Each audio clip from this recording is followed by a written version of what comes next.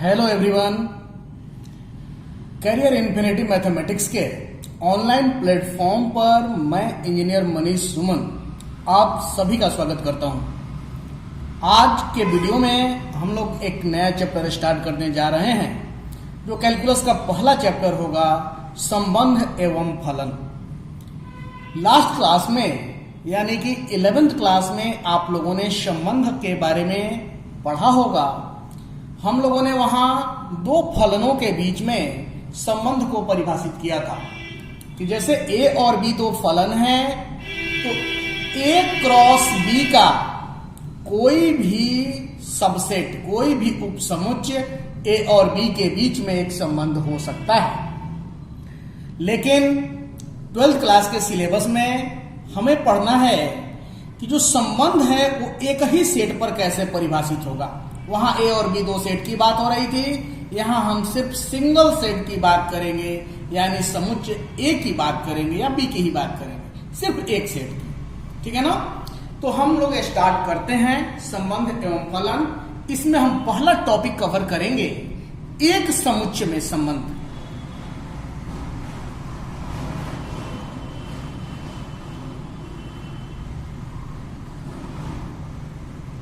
एक समुच्चय में संबंध।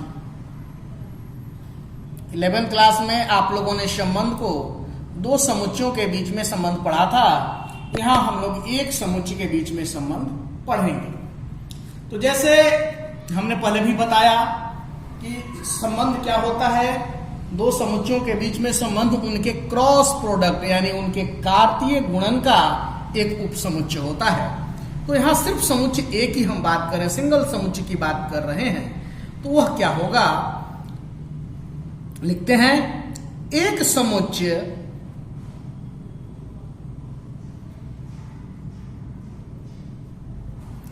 ए पर परिभाषित। ए की जगह पे कुछ भी हो सकता है, हम लोगों ने माना है कि समुच्चय क्या है, ए है।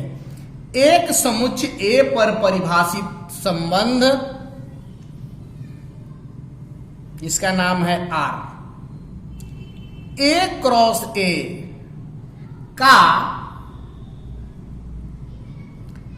एक उपसमुच्चय होता है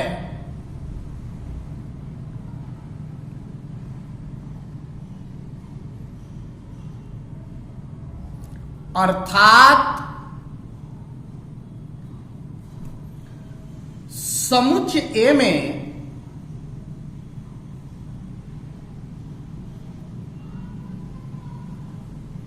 संबंध आर है। मतलब क्या है कि यह जो आर है उपसमुच्चय है ए क्रॉस ए का, या यूं कहें कि आर जब ए क्रॉस ए का उपसमुच्चय है तो यह समुच्चय ए में एक संबंध है। ठीक है? अब एक नोट लिखेंगे। मैं छोटी छोटी बातों को आपको रिकॉल करा रहा हूं जो आपने पिछली क्लास में पढ़ा होगा। देखिए, यदि A B belongs to R तो हम कह सकते हैं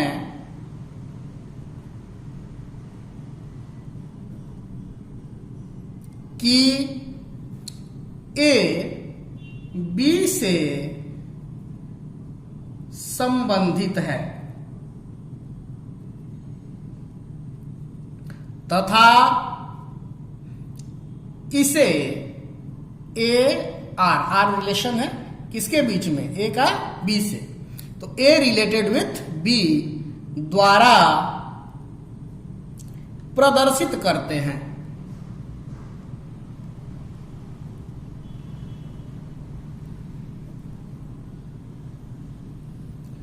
अब वहीं पर यदि ऐसा रहता कि यदि A B not belongs to R, या ऐसे कहें A B does not belongs to R, तो इसको हम क्या कहेंगे, तो हम कह सकते हैं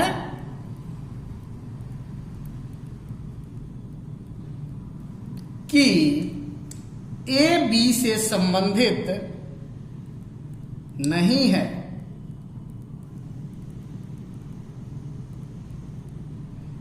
ए बी से संबंधित नहीं है तथा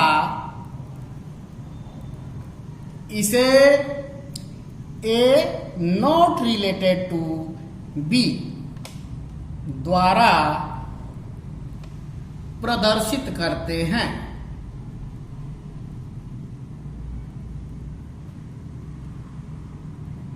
अब हम एक उदाहरण से इसको समझने का प्रयास करते हैं। एज फॉर एग्जाम्पल, माना ए बराबर 1 2 3 4 5 6, यह एक समुच्चय है तथा आर समुच्चय ए में एक संबंध इस प्रकार है कि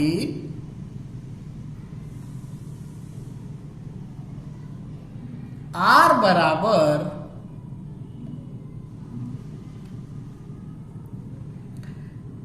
ए बी, जहां ए माइनस बी बराबर 2। अब एक बात को समझिएगा, यह जो संबंध आर है इस समुच्चय पर परिभाषित है, और यह कैसे परिभाषित है कि ए बी इसमें होगा कब, जब ए में से बी को घटाएंगे तो हमेशा 2 आना चाहिए। तो अब बताइए, तो इन अवयवों को देखा जाए, इसके एलिमेंट्स को देखा जाए, तो आर बराबर हम जब रोस्टर फॉर्म में लिखना चाहेंगे तो कैसे लिखेंगे? देखिए, तो 3 1, क्योंकि 3 माइनस 1 करेंगे तो 2 आएगा, 4 2, 5 3 और 6 4, यही होगा। क्योंकि देखिए, इनमें हर एक क्रमित युग्म में पहला एलिमेंट में से दूसरा को घटाएंगे तो हमेशा क्या प्राप्त होगा? 2 प्राप्त होगा। क्लियर है? यानी हम कह सकते हैं कि स्पष्टतः 3 जो है रिलेटेड है 1 से, 3 1 से संबंधित है, 4 2 से संबंधित है, 5 3 से संबंधित है, 6 4 से संबंधित है। लेकिन एक बात हमेशा ध्यान रखिएगा कि 3 1 से संबंधित है, इसका मतलब ये कभी नहीं है कि 1 भी 3 से संबंधित हो। ये ब्लड रिलेशन यहाँ काम नहीं करता कि हम आपके रिलेटिव तो आप भी हमारे रिलेटिव, ऐसा नहीं चलेगा। 1 3 से संबंधित क्यों नहीं होगा? क्योंकि 1 माइनस 3 करेंगे तो 2 नहीं आएगा, बल्कि माइनस 2 आएगा। इसलिए हम कह सकते हैं कि 1 जो होगा रिलेटेड नहीं होगा 3 से, 2 4 से रिलेटेड नहीं होगा, 3 5 से रिलेटेड नहीं होगा, 4 6 से रिलेटेड नहीं होगा। ये मैं समझता हूं कि आप लोगों को समझ में आया होगा। ठीक है, अब हम आगे बढ़ते हैं। अब हम लोग संबंध के प्रांत और परिसर की बात करेंगे। लास्ट क्लास में आप लोगों ने पढ़ा भी होगा 11th क्लास में कि संबंध के प्रांत और परिसर कैसे ज्ञात किए जाते हैं। फिर से हम उस चीज को रिकॉल करने जा रहे हैं। मान लेते हैं कि समुच्चय ए पर परिभाषित कोई संबंध आर है।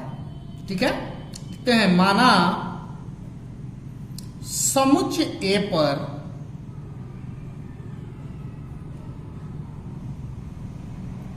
परिभाषित, माना समुच्चय ए पर परिभाषित संबंध आर है, तो आर के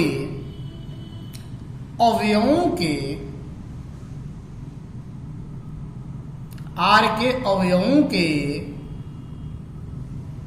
प्रथम घटकों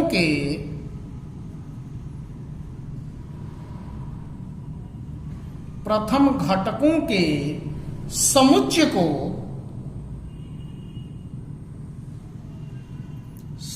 को संबंध आर का संबंध आर का प्रांत कहा जाता है, प्रांत कहा जाता है तथा इसे, प्रांत का इंग्लिश होता है डोमेन, है ना, तो डोमेन ऑफ आर द्वारा व्यक्त करते हैं। मैं समझता हूं कि ये सब आपको पहले से पता होगा, फिर भी अब चलिए आर के जो घटक होंगे, आर के जो अवयव होंगे, उनके दूसरे घटकों का समुच्चय जो होता है वह संबंध आर का परिसर कहलाता है। लिख लेते हैं, तथा आर के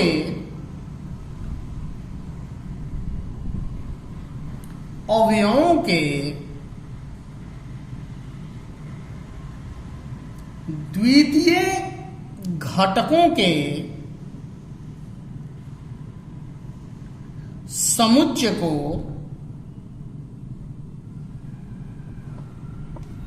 संबंध आर का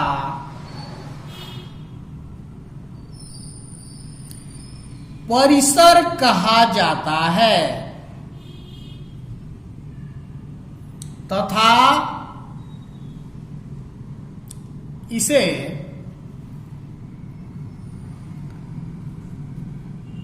रेंज ऑफ आर द्वारा व्यक्त करते हैं।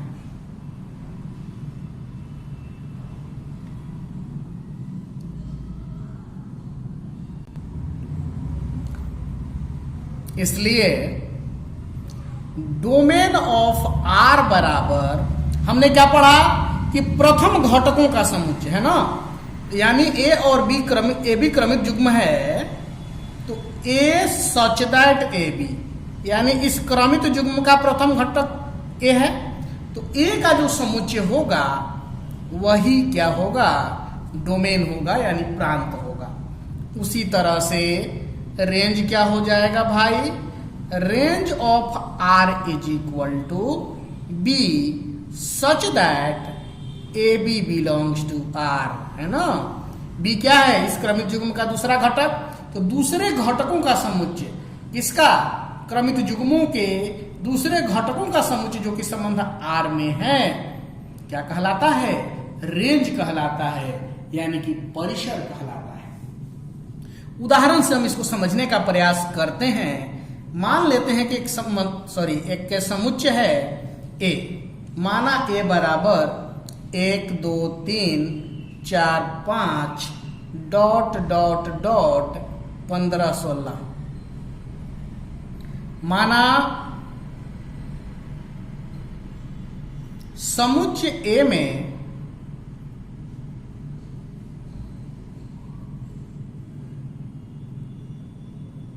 परिभाषित संबंध,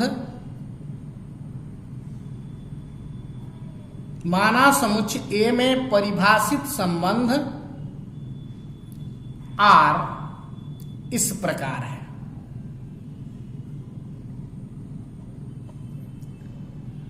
are is equal to A B such that B बराबर क्या, ए स्क्वायर। तो आर को हम लोग रोस्टर में लिखने का प्रयास करते हैं। देखिए आर बराबर ए बी है और दूसरा जो घटक है पहले घटक के स्क्वायर के बराबर है, वर्ग के बराबर है। तो हम लोग लिखें दूसरा वर्ग के बराबर 9, तो 1 का वर्ग क्या 1, उसके बाद 2 का वर्ग क्या 4, 3 का वर्ग क्या 9, 4 का वर्ग क्या 16। क्या इसके अलावे भी कुछ हो सकता है, नहीं होगा। क्यों, क्योंकि 5 रखोगे तो 5 का वर्ग क्या हो जाएगा 25, जो कि समुच्चय में नहीं है, यानी कि आर में इतने ही अवयव होंगे। इसलिए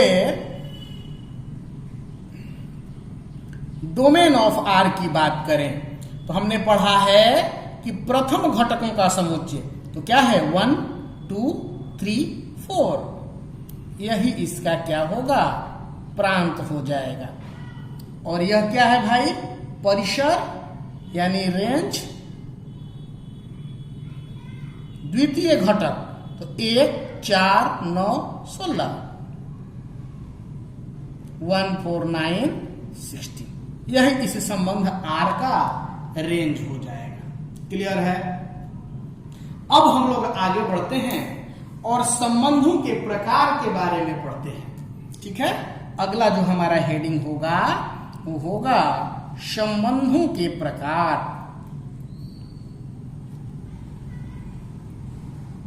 संबंधों के प्रकार यानी टाइप्स ऑफ रिलेशंस। संबंधों के प्रकार यानी टाइप्स ऑफ रिलेशंस। इसमें हम लोग पहला संबंध पढ़ने जा रहे हैं जिसका नाम है रिक्त संबंध। क्या पहला पढ़ेंगे, रिक्त संबंध।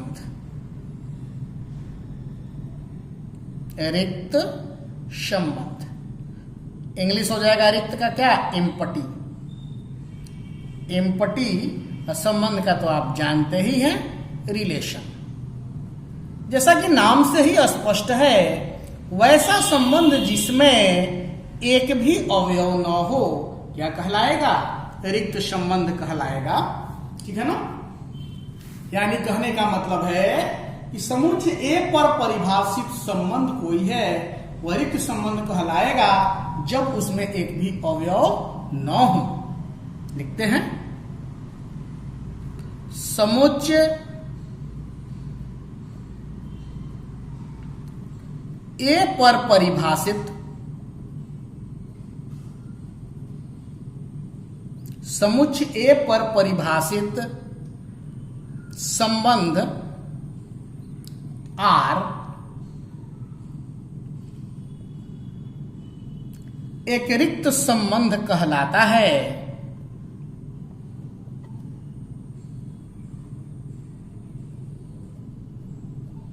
एक रिक्त संबंध कहलाता है यदि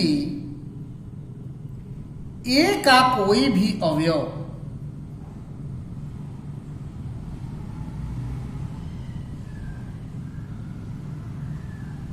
यदि ए का कोई भी अवयव ए के किसी भी अवयव से संबंधित नहीं है, संबंधित नहीं है, अर्थात R बराबर क्या, फाई। फाई उपसमुच्चय किसका हुआ, A क्रॉस 1। उदाहरण से इसको समझने का प्रयास करते हैं। मान लेते हैं कि एक समुच्चय है ए बराबर है आपका 1 2 3 4 5 तथा समुच्चय ए पर परिभाषित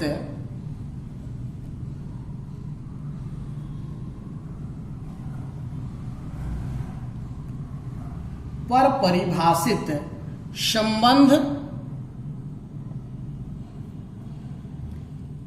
R बराबर ए बी, जहां a माइनस बी बराबर क्या है, 6 है। ठीक है। अब बताइए, इस समुच्चय में 1 से लेकर 5 तक अवयव है। किसी अवयव में से किसी भी अवयव को घटाएंगे तो क्या कभी 6 प्राप्त हो सकता है, नहीं हो सकता। यानी इस R में एक भी अवयव नहीं होंगे, इसलिए R जो है क्या कहलाएगा, रिक्त संबंध कहलाएगा। बिल्कुल स्पष्ट है।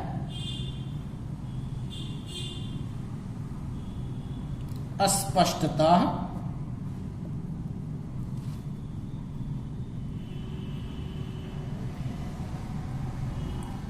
A क्रॉस A में एक भी अवयव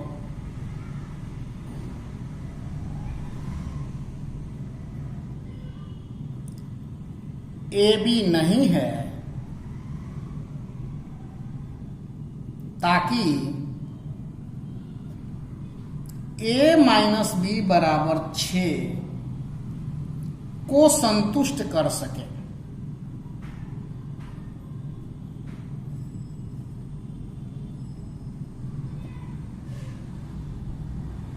अर्थात आर बराबर क्या? 5। अतः समुच्चय ए पर परिभाषित संबंध आर एक रिक्त संबंध है।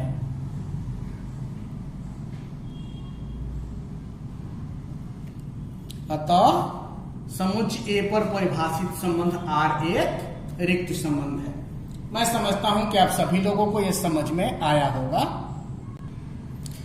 अगला संबंध पढ़ेंगे, सार्वत्रिक संबंध। नाम से यह स्पष्ट है, आप लोगों ने सार्वत्रिक समुच्चय के बारे में पढ़ा होगा। वैसा समुच्चय होता था जिसमें किसी भी कंडीशन में कोई भी बड़ा से बड़ा समुच्चय उसका उपसमुच्चय हो, है ना। उसी तरह से सार्वत्रिक संबंध एक ऐसा संबंध होता है जिसमें ए क्रॉस ए के सभी अवयव शामिल हो। समुच्चय ए पर परिभाषित समुच्चय ए पर परिभाषित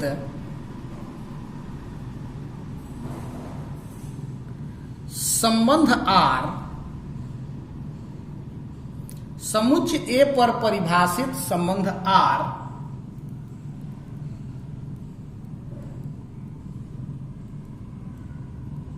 एक सार्वत्रिक संबंध कहलाता है।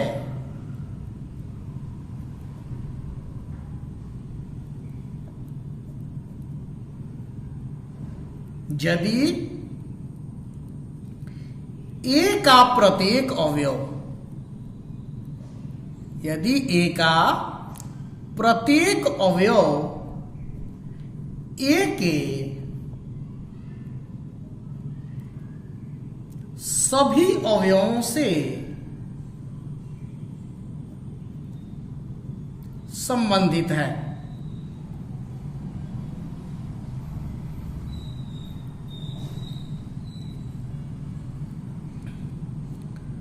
अर्थात आर बराबर ए क्रॉस ए, यानी यह उपसमुच्चय तो होगा ही नहीं इसका जी, ए क्रॉस ए का।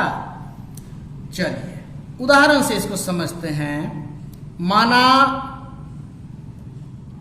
ए बराबर 1 2 3 है, तो आर बराबर क्या होगा? ए क्रॉस ए। इसका ए का ए के साथ हम कार्तीय गुणन करेंगे तो क्या मिलेगा?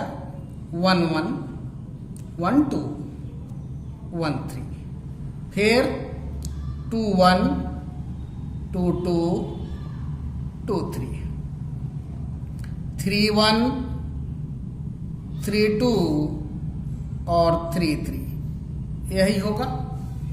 अब यह जो आर है ए क्रॉस ए के बराबर है, इसलिए यह एक सार्वत्रिक संबंध होगा। आर जो हमने लिखा, ए पर परिभाषित एक सार्वत्रिक संबंध है।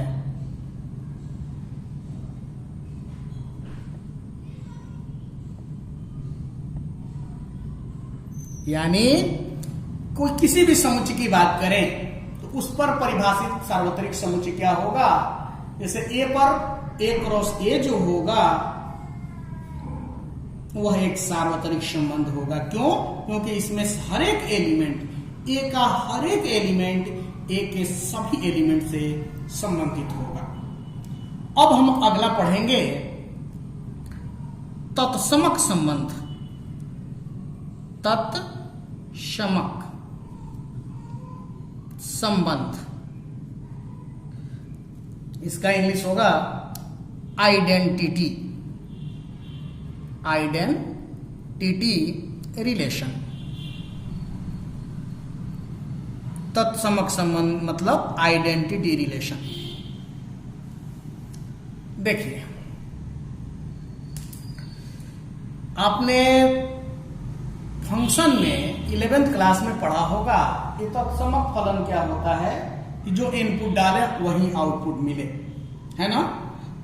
तो उसी तरह से किसी भी एलिमेंट का, किसी भी अवयव का यदि प्रतिबिंब वही अवयव प्राप्त होता है तो वह संबंध क्या कहलाएगा, तत्समक संबंध कहलाएगा। क्लियर है।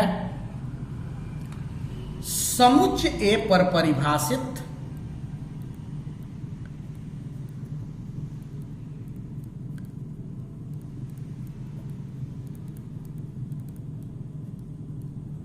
संबंध आर एक तत्समक संबंध कहलाता है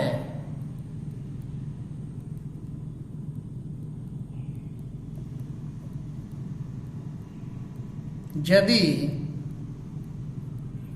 R बराबर ए बी, जहां A बिलोंग्स टू A और B भी बिलोंग्स टू A, क्योंकि A से A में संबंध है ना, तथा A बराबर B, A और B एक ही हो, अतः तत्समक संबंध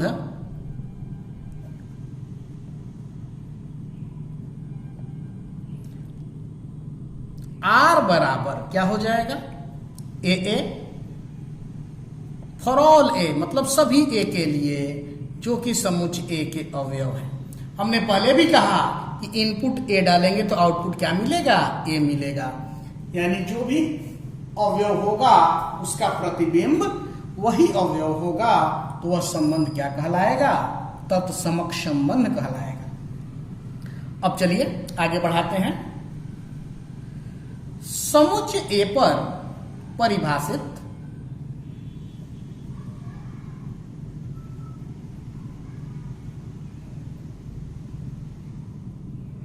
समुच्चय ए पर परिभाषित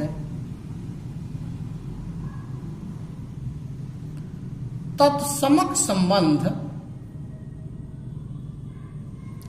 को आई मतलब आइडेंटिटी, या किस पर आइडेंटिटी, ए पर, तो आई ए से व्यक्त करते हैं।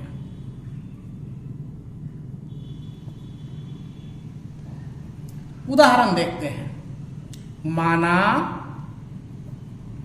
ए बराबर 1 2 3 4, तो आइए क्या हो जाएगा भाई, एक का प्रतिबिंब 1, 2 का 2, 3 का 3, 4 का 4। क्लियर है। तो यही इसका क्या हो गया, इस समुच्चय ए पर परिभाषित तत्समक संबंध हो गया। अब कुछ नोट देखते हैं।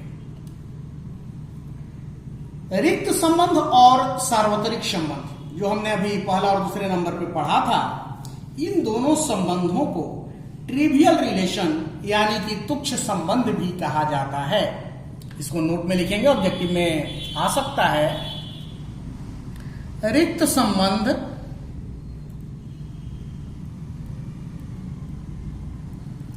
तथा सार्वत्रिक संबंध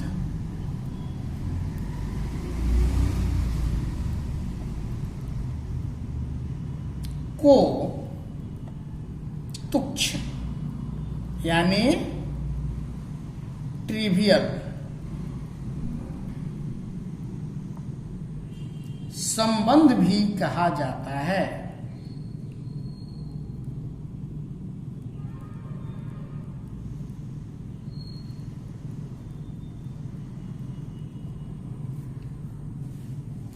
एक बात और समझिए, यहां ध्यान दीजिए, इस समुच्चय ए का हर एक अवयव सिर्फ खुद से संबंधित होता है। है ना, क्योंकि 1 1 से 2 2 से 3 3 से 4 4 से, इसको भी नोट के रूप में हम लोग लिख लेंगे। समुच्चय ए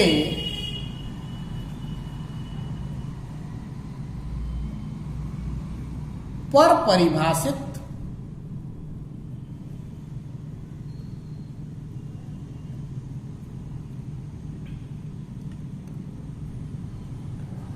तत्समक संबंध में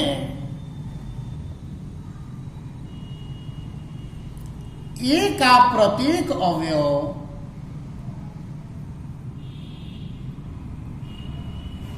सिर्फ स्वयं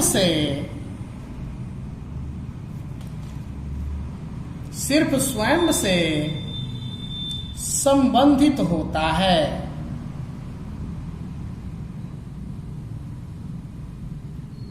ठीक है, ऐसा नहीं होगा कि वह किसी दूसरे एलिमेंट के साथ संबंधित हो जाए। ठीक है ना। अब हम लोग आते हैं अगले टाइप पर। 3 हमने पढ़ लिया, रिक्त पढ़ लिया, सार्वत्रिक पढ़ लिया और तत्समक पढ़ लिया। अब नेक्स्ट टाइप पर आते हैं स्वतुल्य संबंध, यानी रिफ्लेक्सिव रिलेशन। कोई भी संबंध स्वतुल्य कब कहलाता है? जब उसका प्रत्येक अवयव खुद से संबंधित हो। वह दूसरे से भी संबंधित हो सकता है, लेकिन खुद से संबंधित हो ऐसा जरूरी है, तब वह संबंध क्या कहलाएगा? स्वतुल्य संबंध कहलाएगा। चलिए लिखते हैं, समुच्चय ए पर परिभाषित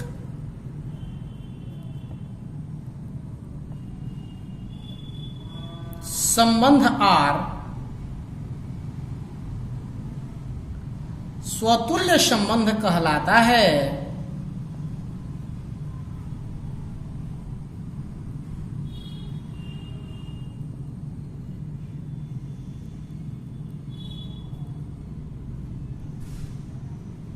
यदि प्रत्येक ए बिलोंग्स टू कैपिटल ए, यानी कि समुच्चय ए के हर एक एलिमेंट के लिए ए बिलोंग्स टू आर, अर्थात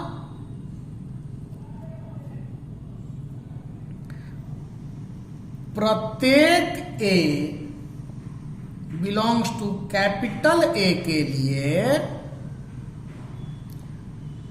यदि ए रिलेटेड है ए से, तो आर एक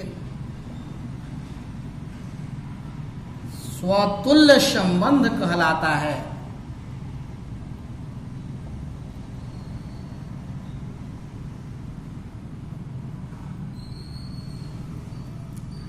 उदाहरण के लिए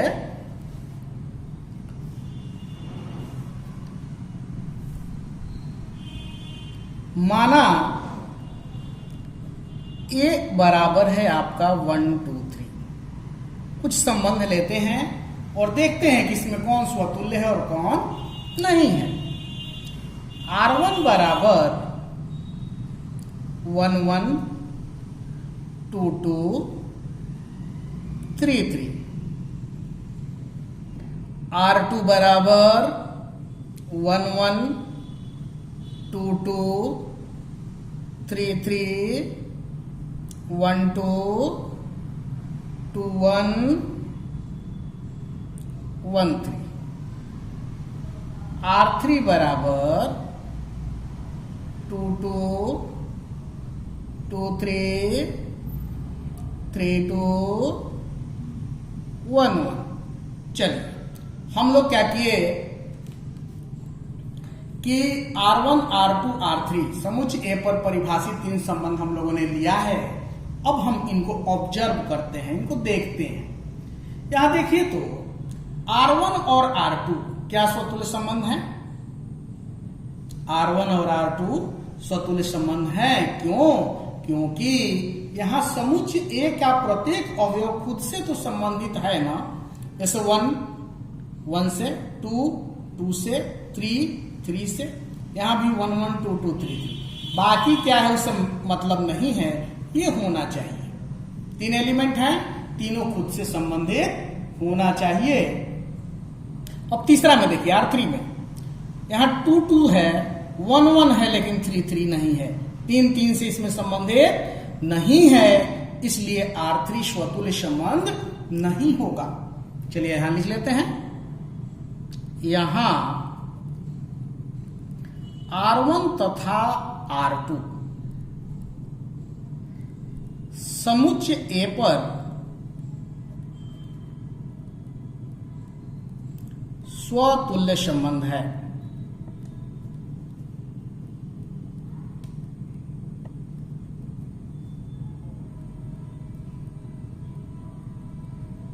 जबकि R3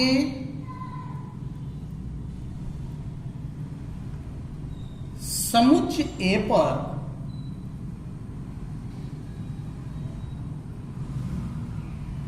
स्वतुल्य संबंध नहीं है।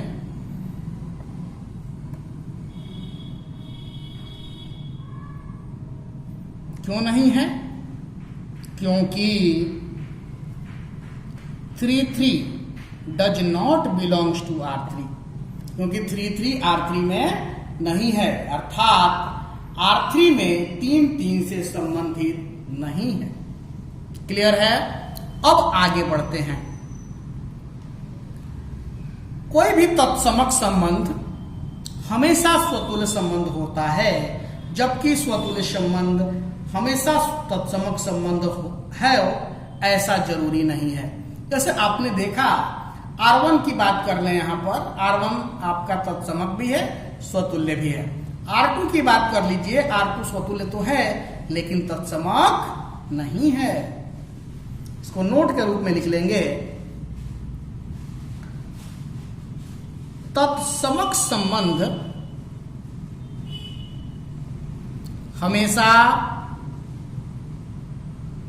स्वतुल्य संबंध होता है।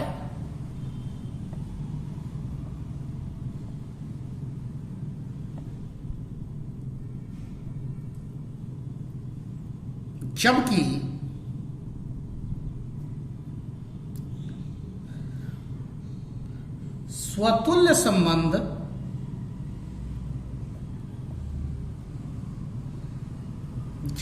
स्वतुल्य संबंध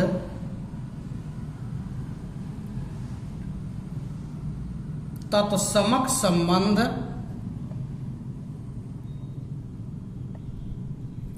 हो भी सकता है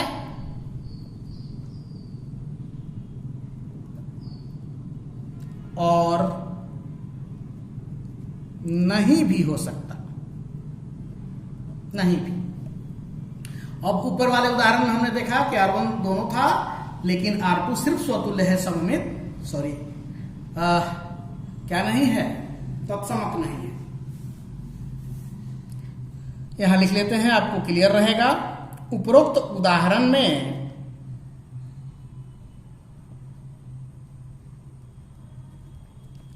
संबंध R1 तत्समक तथा स्वतुल्य दोनों है।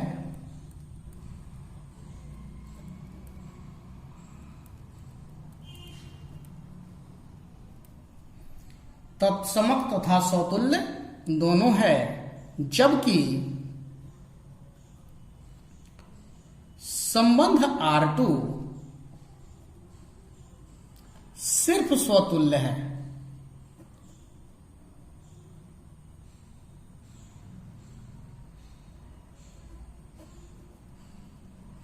लेकिन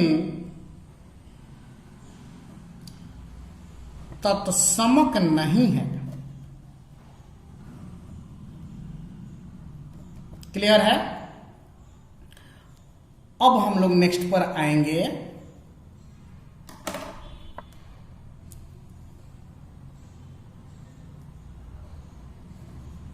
सममित संबंध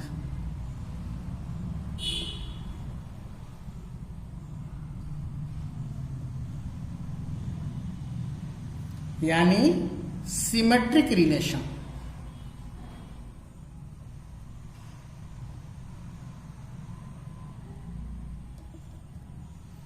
सममित संबंध यानी कि सिमेट्रिक रिलेशन। देखिए सममित क्या होता है? किसी भी समुच्चय ए पर परिभाषित कोई भी संबंध आर सममित कहलाएगा कब? जब ए बी से रिलेटेड है तो बी भी ए से रिलेटेड हो। यदि ऐसा होगा तो वह संबंध सममित कहलाएगा। समुच्चय ए पर परिभाषित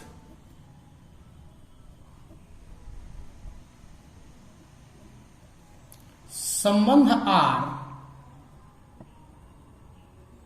सममित संबंध कहलाता है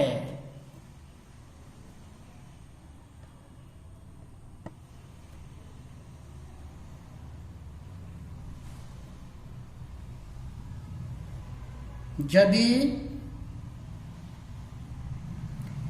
प्रत्येक ए बी जो कि सेट ए का मेंबर है, A B belongs to A के लिए A B belongs to R है तो B A belongs to R भी होगा। यदि ऐसा है यानी कि अर्थात सभी A B belongs to A के लिए यदि ए बी से रिलेटेड है तो बी भी ए से रिलेटेड होगा। यदि ऐसा होगा तो वह संबंध क्या कहलाएगा? सममित कहलाएगा। क्लियर है? उदाहरण लेते हैं और इसको हम लोग और समझने का प्रयास करते हैं। ठीक है? एज फॉर एग्जाम्पल, माना ए बराबर 1 2 3, ठीक है, तथा R1 बराबर 1 2 2 1, R2 बराबर 1 2 2 1 1 3 3 1, R3 बराबर 2 3 3 2 2 2 और R4 बराबर 2 3 3 1 1 3। अब यहां ध्यान से देखिए, R1 में 1 2 से संबंधित है तो 2 भी 1 से संबंधित है। यहां देखिए 1 2 से संबंधित है तो 2 भी 1 से संबंधित है। 1 3 से संबंधित है तो 3 भी 1 से संबंधित है। यानी R1 और R2 तो आपके सममित होंगे। अब R3 की बात कर लीजिए, 2 3 से संबंधित है तो 3 2 से भी संबंधित है। 2 2 है तो इसको तो उलट दोगे तो भी तो यही आएगा ना जी, तो यह भी सममित है। R4 को देखिए, 2 3 से संबंधित है लेकिन 3 2 से संबंधित इसमें नहीं है, इसलिए R4 जो है एक सममित संबंध नहीं है। क्लियर है? या इसको लिख भी लेते हैं, यहां R1 R2 R3 समुच्चय ए पर परिभाषित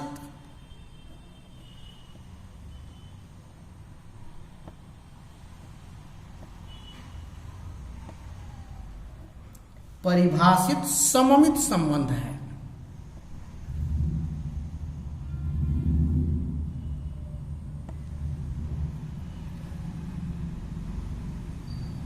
जबकि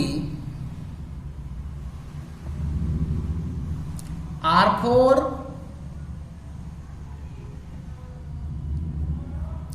समुच्चय ए पर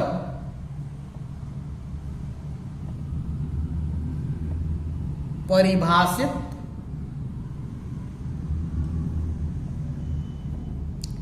सममित संबंध नहीं है, क्योंकि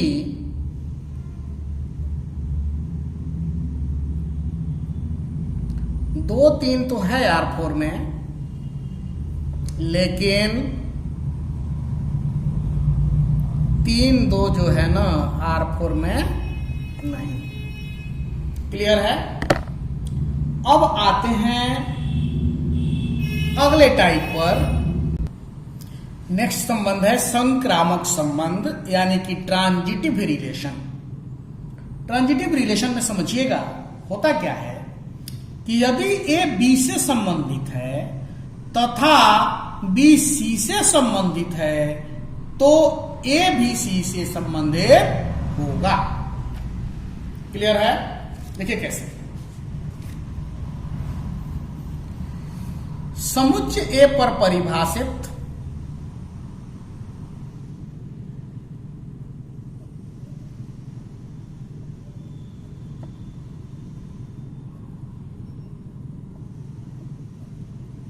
संबंध R संक्रामक संबंध कहलाता है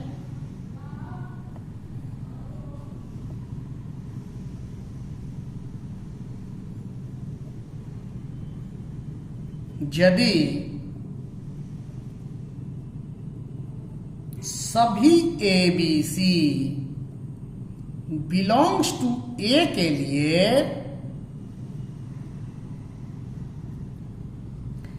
A B belongs to R, B C belongs to R, तो हमेशा A C belongs to R होगा। क्लियर है? अर्थात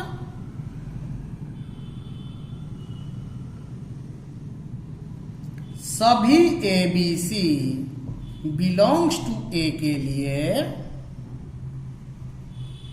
यदि ए रिलेटेड है बी से तथा बी रिलेटेड है सी से तो ए रिलेटेड होगा सी से, तब यह संबंध संक्रामक कहलाएगा। उदाहरण देखिए, माना ए बराबर 1 2 3, R1 बराबर 1 2 2 3 1 3 3 2।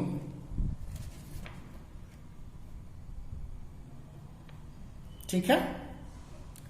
R2 बराबर है 2 3,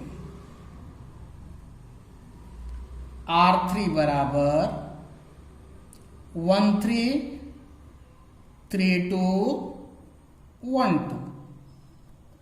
ठीक है? अब यहां हम लोग बारी बारी से सबको समझने का प्रयास करेंगे कि कौन सा संबंध संक्रामक है और कौन सा नहीं है। देखिए ध्यान से, R1 की बात करें तो यहां देखिए 1 2 से संबंधित है और 2 3 से है, तो 1 3 से होना चाहिए, तो यहां है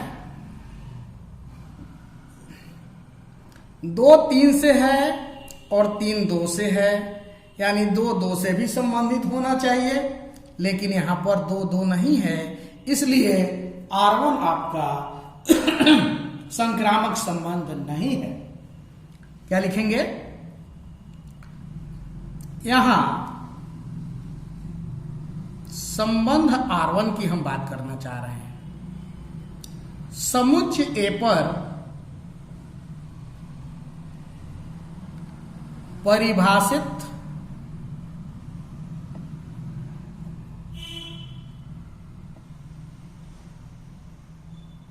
संक्रामक संबंध नहीं है।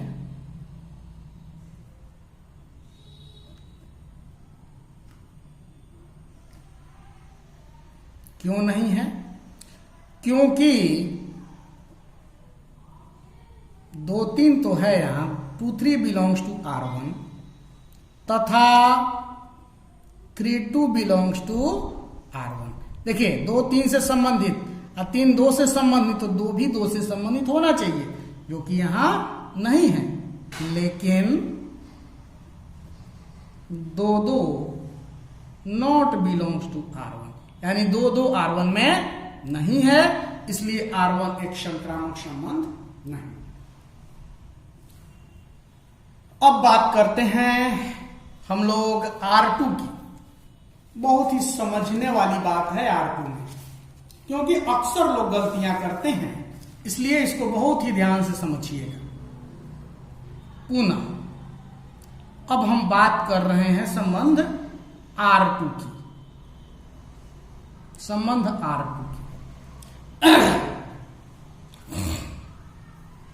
देखिए R2 जो है, R2 में क्या एलिमेंट है भाई? 2 3। अब लोग क्या कहते हैं कि 2 3 देखते हैं, कह देते हैं कि संक्रामक नहीं है। हम डिफिनीशन पे आते हैं। डिफिनीशन कहता है कि यदि ए बी से संबंधित है तथा बी सी से संबंधित है, तब ए सी से संबंधित होना चाहिए। लेकिन यदि ए बी से संबंधित है और बी किसी और से संबंधित नहीं है, तो फिर हमको ए सी के बारे में देखने की जरूरत है क्या? यदि जरूरत नहीं है, यानी ये कंडीशन एराइज ही नहीं होती, तो इस बेसिस पर, इस आधार पर हम ये नहीं कह सकते यह संबंध संक्रामक नहीं है। बात समझ में आई है? इसको लिखते हैं और क्लियर होगा। संबंध R2 समुच्चय ए पर परिभाषित एक संक्रामक संबंध है।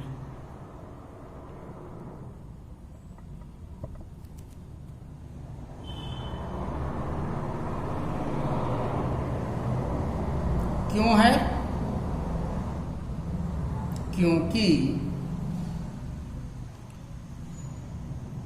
2 3 बिलोंग्स टू R2 तथा 3x बिलोंग्स टू R2। यदि रहता तब ना, यदि रहता तब हम कहते कि 2 3 है, 3x है, तो 2x भी होना चाहिए, 2x बिलोंग्स टू R2 होना चाहिए।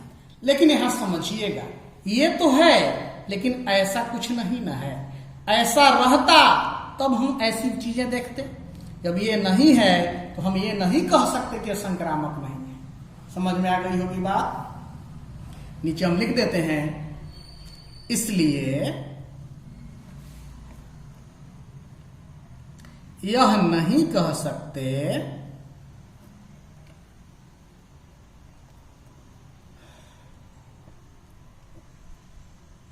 कि संबंध R2 एक संक्रामक संबंध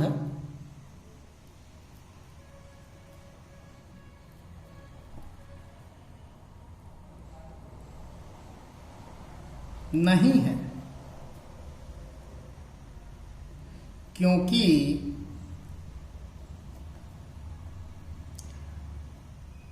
three x belongs to R2 नहीं है, अर्थात 3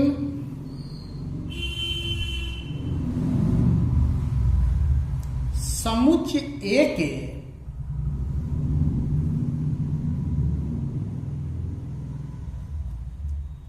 किसी भी अवयव से संबंधित नहीं है। यदि रहता तब ना हम आगे देखते। ठीक है, अब हम अगले को देखते हैं। देखिए पुनः क्या बचा था? R3 ना, संबंध R3 को देखिए। यह एक संक्रामक संबंध होगा। क्यों होगा? क्योंकि 1 3 है, 3 से खत्म हुआ तो 3 से चालू भी हुआ है 3 2, तो 1 3 है, 3 2 है। एक 3 से संबंधित है, 3 2 से संबंधित है, तो 1 2 से संबंधित होना चाहिए, जो कि R3 में है, इसलिए यह एक संक्रामक संबंध है। पुनः संबंध R3 समुच्चय A पर परिभाषित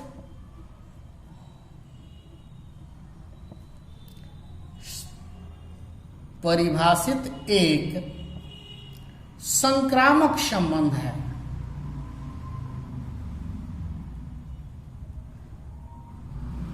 क्लियर है? अब हम आते हैं नेक्स्ट पर। अगला जो हमारा टाइप है तुल्यता संबंध।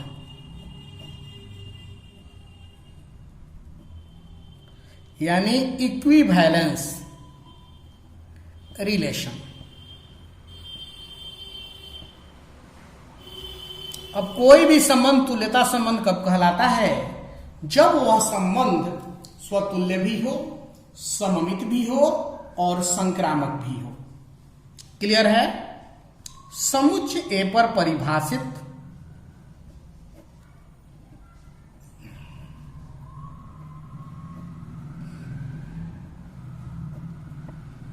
संबंध R एक तुल्यता संबंध कहलाता है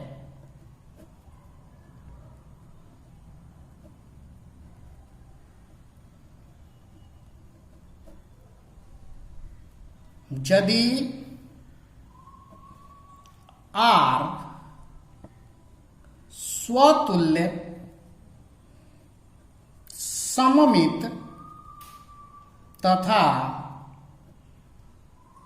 संक्रामक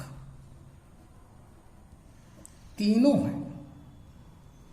कोई भी संबंध तुल्यता संबंध कब कहलाएगा? जब वह स्वतुल्य भी हो, सममित भी हो और संक्रामक भी हो। तो अगले वीडियो में हम लोग रिलेशन पर यानी कि संबंध पर आधारित कुछ प्रॉब्लम को देखेंगे। उसके बाद आप लोग एक्सरसाइज हल कीजिएगा। इसको समझिए, इस वीडियो को देखिए और इसको समझने का प्रयास कीजिए। जहां कहीं भी दिक्कत हो कांटेक्ट कीजिए। चलिए, थैंक यू।